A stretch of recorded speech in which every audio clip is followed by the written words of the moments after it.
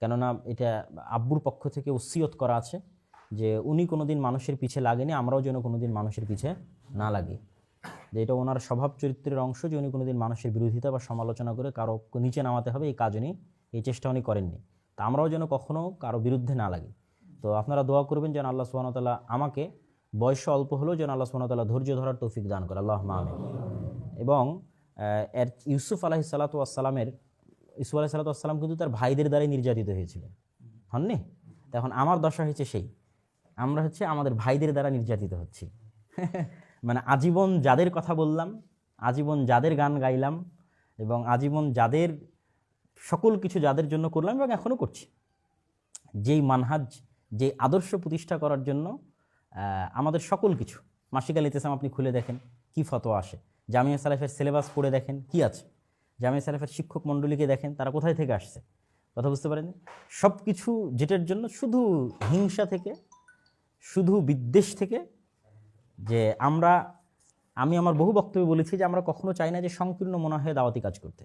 এই দেশ ও জাতির মধ্যে আমরা বসবাস করতেছি, এই দেশ ও জাতিকে নিয়ে আমাদের ভাবতে হবে, নাহলে আমরা অপাংতেও হয়ে থেকে যাব। মানে মানুষ গণনাই করবে না যে এখানে মানে সালাফি বা আহলে হাদিস বলে কেউ আছে, এটা কেউ গণনাই করবে না, যদি না আপনি জাতীয় এবং রাষ্ট্রীয় ইস্যুগুলোতে আপনার কোনো ভূমিকা না রাখেন। তো তার মানে এই নয় যে আপনি আপনার মানহাজ, আপনি আপনার আদর্শ বিক্রি করে দিচ্ছেন, এটা কখনোই নয়। আমার যদি শেষ জুমার খুতবাও মানুষ শোনে, অনেকেই যারা সমালোচনা করতেছে, তাহলে দেখবে যে শেষ জুমার খুতবাতে আমার বক্তব্য আছে গণতন্ত্র বনাম ইসলামী খেলাফত, এবং সেখানে খুবই শক্তভাবে তুলে ধরা আছে যে কেন গণতন্ত্র দিয়ে ইসলামী খেলাফত প্রতিষ্ঠিত হবে না, খুবই শক্তভাবে। হানসালা মসজিদে এই জুমার খুতবাটা আমি দিয়েছিলাম। তাহলে যেখানে শক্তভাবে আমরা এই স্ট্যান্ডের উপর দাঁড়িয়ে আছি, আমাদের আদর্শ, আমাদের আকীদা এবং মানহাজের উপর দাঁড়িয়ে আছি যে ইসলামিক খেলাফতি একমাত্র ইসলামের রাজনৈতিক দর্শন, গণতন্ত্র ইসলামের রাজনৈতিক, গণতন্ত্র সমাজতন্ত্র কোনো কিছু ইসলামের রাজনৈতিক দর্শন নয়, এবং সেটি দিয়ে কখনোই ইসলামী খেলাফত প্রতিষ্ঠা হওয়া সম্ভব নয়। এবং এটার বিস্তারিত ব্যাখ্যা সহ আলোচনা করা হয়েছে জুমার খুতবায়। তারপরও কিভাবে, কোন মুখে, কোন লজ্জায় মানুষেরা এই ধরনের মানে সমালোচনা বা এই ধরনের বিরোধিতা করতে পারে সেটা আমার বুঝে আসে না। তো সেই ক্ষেত্রে আমি বলতে চাচ্ছি যে অবশ্যই আমাদের সংকীর্ণ মনা হয়ে থাকা যাবে না। দেশ ও জাতির স্বার্থে আমাদের কাজ করতে হবে, দেশ ও জাতির স্বার্থে আমাদের ভূমিকা গ্রহণ করতে হবে, এবং এই ভূমিকা গ্রহণ করতে গিয়ে একজন দায়ীর বৈশিষ্ট্য কী, একজন দায়ীর কাজ কী? ইযহাব ইলা ফিরআউন, দায়ীকে বলা আছে যে তুমি ফিরআউনের কাছে যাও। হ্যাঁ, রব্বি ইশরাহ লি সাদরি, অবশ্যই। তো দায়ীকে বলা আছে তুমি ফিরআউনের কাছে যাও। দেখবেন যে প্রত্যেকটা নবী রাসূল তৎকালীন যুগের শক্তিশালী রাজা বাদশাদের কাছ থেকে দাওয়াতি কাজ শুরু করেছে, তাদের কাছে গিয়ে দাওয়াতি কাজ করেছে। এখন উনি যদি ঠিক আছে আমি একাই হক, আমি আর কাউকে দাওয়াত দিতে যাব না, এটাই যদি ওনার মুভমেন্ট হয়, তাহলে ওনার দিন প্রচার হবে কিভাবে? তো মুহাম্মদ সাল্লাল্লাহু আলাইহি ওয়াসাল্লামও তো দাওয়াত শুরু করেছে তার আশেপাশের কাফের মুশরিকদের মধ্যে থেকে। তাহলে আমরা যদি আরেকজন মানুষকে বেদাতি মুশরিক বলে ফেলে দিই, তাহলে তো আমি দাওয়াতি কাজ করতে পারবো না, আমি বিচ্ছিন্ন অবস্থায় থেকে যাব। আল্লাহ সুবহানাহু ওয়া তাআলা নিজে কোথাও দাওয়াত দিতে গিয়ে কাফের মুশরিকদেরকে এই মুশরিক, এই কাফের, এইভাবে মানে নিম্নভাবে সম্বোধন করেননি। তিনি কোথাও ইয়া আহলাল কিতাব বলে সম্বোধন করেছে, হে আহলে কিতাবেরা, ঠিক আছে, কোথাও নাসারা, কোথাও ইহুদি, ঠিক আছে, এই ধরনের সম্বোধন করে তিনি তাদেরকে কোথাও মানুষ হিসেবে সম্বোধন করেছে, ইয়া আইয়ুহান নাস, হে মানুষ, মানব সকল, মানব জাতি, হে আদমের সন্তান, হে আমার বান্দারা, ইয়া ইবাদিয়াল্লাযীনা আসরাফু, বিভিন্নভাবে আল্লাহ সম্বোধন করেছে। তো নবীরা কখনোই তাদের যে উম্মত, যে উম্মতের কাছে তারা প্রেরিত হয়েছে, ওই উম্মতের সাথে খারাপ ব্যবহার করতে পারে না, ওই উম্মতকে গালিগালাজ করতে পারে না। ধরেন আজকে মুহাম্মদ সাল্লাল্লাহু আলাইহি ওয়াসাল্লামের যদি আবু সুফিয়ানকে গালিগালাজ এবং খারাপ ব্যবহার করে, কালকে যদি আবু সুফিয়ান ইসলাম গ্রহণ করে, তো একসাথে বসতে লজ্জা পাবে, লজ্জা পাবে না? লজ্জা পাবে। আমি আজকে ওমরকে দাওয়াত দিতে গিয়ে তাকে গালিগালাজ করলাম, তুচ্ছতাচ্ছিল্য করলাম, কালকে ওমর যখন ইসলাম গ্রহণ করবে, তো আমি এর সাথে বসতে লজ্জা পাবো। কিন্তু আল্লাহ নবীর ক্ষেত্রে ঘটনা ঘটেছে উল্টা। আল্লাহ নবী কাউকে তুচ্ছতাচ্ছিল্য করে কোনো কথা বলেনি, কিন্তু আল্লাহ নবীকে তুচ্ছতাচ্ছিল্য করে অন্যরা কথা বলেছে, ফলে যখন ওরা ইসলাম গ্রহণ করেছে ওদেরকে লজ্জা লেগেছে। তাহলে আমরা একজন দায়ী হিসেবে কখনোই আরেকজনকে তুচ্ছতাচ্ছিল্য করে কথা বলতে পারি না। আমি তাকে তুচ্ছতাচ্ছিল্য করে কথা বলতেছি মানে আমি তাকে দাওয়াতি দিতে চাচ্ছি না।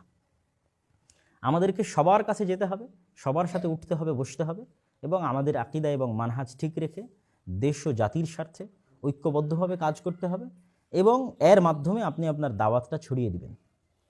দাওয়াত শুধু মুখে চিল্লাচিল্লি করার মাধ্যমে, গালিগালাজ করার মাধ্যমে দাওয়াত হয় না, আপনার আচার ব্যবহারের মাধ্যমে, আপনার চলাফেরা, উঠা বসার মাধ্যমেও দাওয়াত হয়। এবার একটা ছোট্ট ঘটনা বলি, যে একদিন আমি রাজশাহী বিমানবন্দর থেকে ঢাকা যাব একটা প্রোগ্রামের জন্য। সেখানে বড় বড় আলেমরা আছে, আমি বলতেছি না কারা আছে। তো ওই প্রোগ্রামের একটা আমি লাইভ দেখলাম কি ব্যানার দেখলাম ফেসবুকে, তো ওখানে লেখা আছে যে মুক্তিযুদ্ধের শহীদদের স্মৃতিতে আয়োজিত, মানে 16ই ডিসেম্বরকে সামনে রেখা তবে 21শে ফেব্রুয়ারিকে সামনে রেখা একটা প্রোগ্রাম। তা আমি ওই ভাইকে বললাম যে এই প্রোগ্রামে তো আমার পক্ষে যাওয়া সম্ভব না, যে আমি যদি যেতে হয় তাহলে এই ব্যানারটা নামাতে হবে এবং এইটা মানে এই ধরনের ঘোষণা বা নাম থাকা যাবে না। তো বললো যে ঠিক আছে ঠিক আছে। তাহলে এই যে আমি এক জায়গায় গেলাম, যাওয়ার সময় বললাম যে এই ব্যানারটা নামাতে হবে, তো মানে আমরা কখনো আমাদের আকীদা মানহাজ এবং আদর্শে ছাড় দিয়ে কথা বলি না। ড্যাফোডিল ইউনিভার্সিটির বক্তব্যের মধ্যেও বলা আছে যে ইট পাথরের খাম্বাতে যদি মানুষ সম্মান দেয় তাহলে ওইটা তাওহীদে উলুহিয়ার বিরোধী। তো আমরা কখনোই আমাদের আকীদা এবং মানহাজে ছাড় দিয়ে অভ্যস্ত নই। আর আব্দুর রাজ্জাক বিন ইউসুফ হচ্ছে ওই বক্তা যিনি যে ঘরে ছবি আছে ওই ঘরে আর এক বক্তা বসে আছে কিন্তু তিনি প্রবেশ করেনি। আব্দুর রাজ্জাক বিন ইউসুফ হচ্ছে ওই আলেম যিনি দেশের যেগুলো রাষ্ট্রীয় শিরক সেগুলোর বিরুদ্ধে বলিষ্ঠ বক্তব্য দিতে গিয়ে বিভিন্ন মামলার শিকার হয়েছে। তো আমি আব্দুল্লাহ হচ্ছে আব্দুর রাজ্জাক বিন ইউসুফের সন্তান। তো আমার দ্বারা মানুষ হেদায়েত না হয়ে পথভ্রষ্ট হবে এটা কখনোই আমি চাইব না। আমার দাওয়াতি কাজ না করা ভালো, তাও আব্দুর রাজ্জাক বিন ইউসুফের দাওয়াতি কাজের প্রতি মানুষের যে আস্থা এবং বিশ্বাস আছে ওইটা ভেঙে যাক, এইটা কখনো আমি হতে দেবো না। আমি দাওয়াতি কাজই করবো না দরকার। এই কথাটা আমি ওই দিন বলেছিলাম, যেই দিন ঢাকা রাজশাহী বিমানবন্দর থেকে ঢাকা যায় ওই দিন তাকে বলেছিলাম যে আমার দাওয়াতি কাজ করার দরকার নাই, এই প্রোগ্রামে আমার যাওয়ার দরকার নেই, আপনি ব্যানার থেকে ওটা নামায় দেন। আমার কি দাওয়াতি কাজ করতে হবে এটা তো জরুরি না, কিন্তু আব্দুর রাজ্জাক বিন ইউসুফের প্রতি মানুষের যে আস্থা এবং বিশ্বাস আছে, দিনের বিষয়ে তার যে কঠোরতা আছে, এটার প্রতি মানুষের দুর্বলতা তৈরি হবে এটা আমি চাই না। তো আমাদের সেই অন্তত আমি জানি না যে আমাদের দাদির বাড়ির গ্রামের অঞ্চলের যে মসজিদ, সেই যে মাদ্রাসা, সেটার বয়স 200-250 বছর।